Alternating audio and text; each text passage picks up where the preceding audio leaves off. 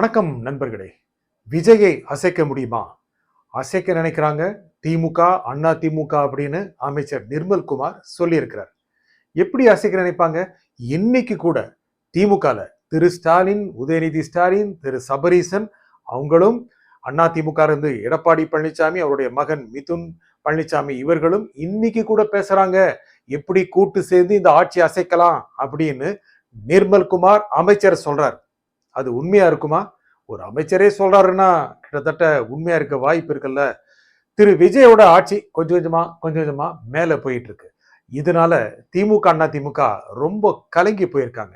உண்மையை சொல்ல போனா இந்த ஆட்சியில அறிவிப்பு கொடுக்கறது, அப்புறம் இலவசங்கள் அறிவிக்கிறது, நலத்திட்டங்கள் அறிவிக்கிறது, அப்புறம் முன்னாள் அமைச்சர்கள் மேல ரெய்டு விடுறது, வழக்கு போடுறது, இதெல்லாம் கூட பரவாயில்லைங்க. அப்புறம் அந்த பஸ்ல போறது, அப்புறம் இந்த அப்பாயின்மெண்ட் ஆர்டர் கொடுக்கும்போது கீழே வந்து தர்றது, அப்புறம் டாட்டா காட்டுறது, அப்புறம் குழந்தைகளுக்கு போலியோ சொட்டு மருந்து கொடுக்கும்போது பாப்பா கொஞ்சம் மவுத் ஓபன் பண்ணுங்க இப்படிலாம் சொல்றது. இப்படி எல்லாம் ரீல விட்டு திரு விஜய் ரொம்ப பாப்புலர் ஆகிறாரு அப்படின்னு முன்னாள் ஆட்சியாளர்களுக்கு ரொம்ப கவலையா இருக்கு. இதுவே திரு விஜயை அசைக்க முடியாதோ அப்படின்னு நினைக்கிறாங்க. அது மட்டுமல்ல, முக்கியமான விஷயம் என்னன்னா, இது ஒரு தூய்மையான ஆட்சியா இருக்கணும் அப்படின்னு விஜய் நினைக்கிறாரு. எங்கேயுமே லஞ்சமோ ஊழலோ இருக்கக்கூடாது அப்படின்னு உறுதியா இருக்கிறார். என்ன சொன்னாரு? அரசு பணத்தை தொட விட மாட்டோம், தொட்டால் விட மாட்டோம், தொட்டவர்களை விட மாட்டோம், தொட்டவர்களையும் விட மாட்டோம் அப்படின்னு சொன்னதை பார்க்கும்போது திமுக அரண்டு போயிருச்சு. அண்ணா திமுக அரண்டு போன மாதிரி காண்பிக்கல. இப்படியே விட்டோம்னா மக்களுக்கு இந்த ஊழல் இல்லாத, லஞ்சம் இல்லாத நிர்வாகம் பழக்கமாயிருமில்ல. இன்னைக்கும் என்ன தகவல் வருது அப்படின்னா, ஊழலை ஒழிச்சிட்டாங்க, ஆனா லஞ்சம் அங்கெங்கே இருக்கு அப்படின்னு தான் செய்திகள் வருது. அப்படின்னு என்னன்னா, அந்த பார்ட்டி ஃபண்டு, கட்சி நிதி இதெல்லாம் கிட்டத்தட்ட நின்னு போச்சு. ஆனா கீழ்மட்டத்தில் இருக்கின்ற அதிகாரிகள் வாங்குகின்ற சில லஞ்ச பணம் மட்டும் இன்னும் முழுக்க முடியவில்லை அப்படின்னு தாங்க தகவல் வருது. சரி, அதையும் தடுத்து நிறுத்திட்டாங்க. கிட்டத்தட்ட அப்படியே முழுக்க முழுக்க 100% ஊழல் லஞ்சம் இல்லை அப்படின்னு ஆக முடியுமா? அது எப்படிங்க ஆகும்? பல பல ஆண்டுகளாக வாங்கி பழக்கப்பட்டவர்கள் அல்லவா. ஆகையால கிட்டத்தட்ட ஒழிச்சிட்டாங்க அப்படின்னா, அதுக்கப்புறம் திமுக, அண்ணா திமுக வந்தாங்கன்னா பழைய கியருக்கு, ரிவர்ஸ் கியருக்கு போலாம் அப்படின்னா மக்கள் தயாராவாங்களா? ஆக மாட்டாங்கல்ல.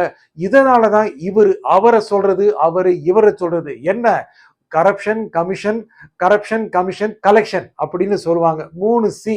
இவங்க அவங்கள சொல்லுவாங்க, அவங்க இவங்கள சொல்லுவாங்க. அப்புறம் விஜய் இதை பழக்கி விட்டார் என்றால் அப்புறம் மக்கள் பழகி விடுவார்கள். அப்புறம் திமுக, அண்ணா திமுக வேண்டான்னு சொல்லிடுவாங்களோ அப்படின்னு கலங்குறாங்க. ஆகையால் என்ன திட்டம் போடுறாங்க அப்படின்னா, ஏன் ஒன்று சேரக்கூடாது? 2ஆம் இடம் வந்தவரும் 3ஆம் இடம் வந்தவரும் ஏன் ஒன்று சேரக்கூடாது? அப்படி சேர நினைச்சுதான் திரு விஜய் அவர்களை முதலமைச்சர் ஆக்க விடாமல் தடுக்கலாமா நினைச்சாங்க, முடியல. திமுக அணில இருந்தவர்களே ஆட்சிக்கு வரணும், திரு விஜய் தான் ஆட்சிக்கு வரணும் அப்படின்னு சொல்லி ஆதரவு கொடுத்துட்டாங்க.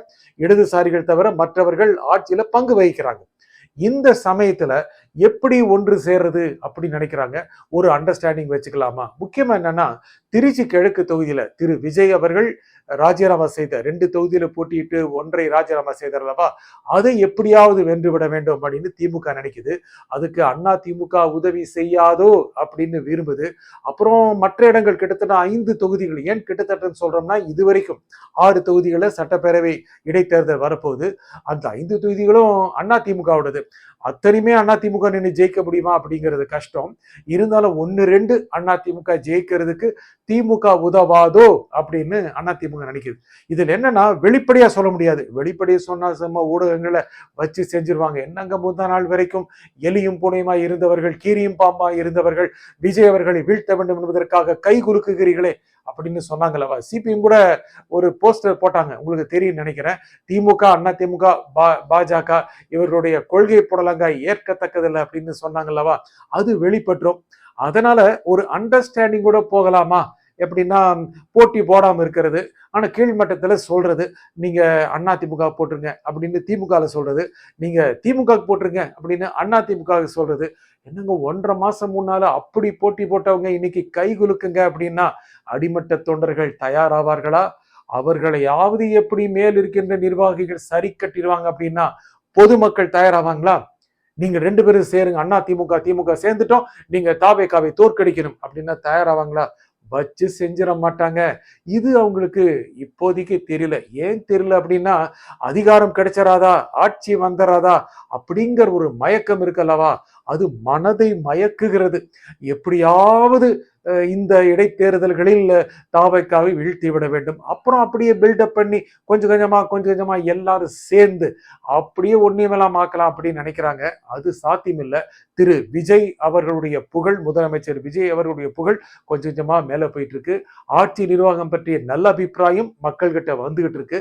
மக்கள் ஒன்றும் அப்படியே ஓட்டு போட்டாங்க அப்படின்னா ஒரு சினிமாக்காரரு அப்படின்னு ஓட்டு போட்டாங்க அப்படின்லாம் இல்லைங்க. ஒரு மாற்று வேண்டும் என்று ஓட்டு போட்டார்கள். அந்த மாற்று எப்படி செயல்படுகிறது என்று ஒவ்வொரு நாளும் பார்த்து கொண்டிருக்கிறார்கள். நம்ம மாத்தி ஓட்டு போட்டோமே சரியா வேலை பார்க்குறாங்களா அப்படின்னு பார்த்துட்டு இருக்காங்க. பல்வேறு ஊர்களில் சாலைகள் கொஞ்சம் கொஞ்சம் சுத்தமாயிட்டு இருக்கு அப்படின்னு தான் செய்திகள் வருது. சென்னை அப்படிதான் இருக்கு. பல்வேறு நிர்வாகங்களும் பல்வேறு துறைகளும் சரியா இருக்கணும்னு மக்கள் நினைக்கிறாங்க. சரியா இருக்கிற மாதிரி ஆகிட்டு இருக்கு.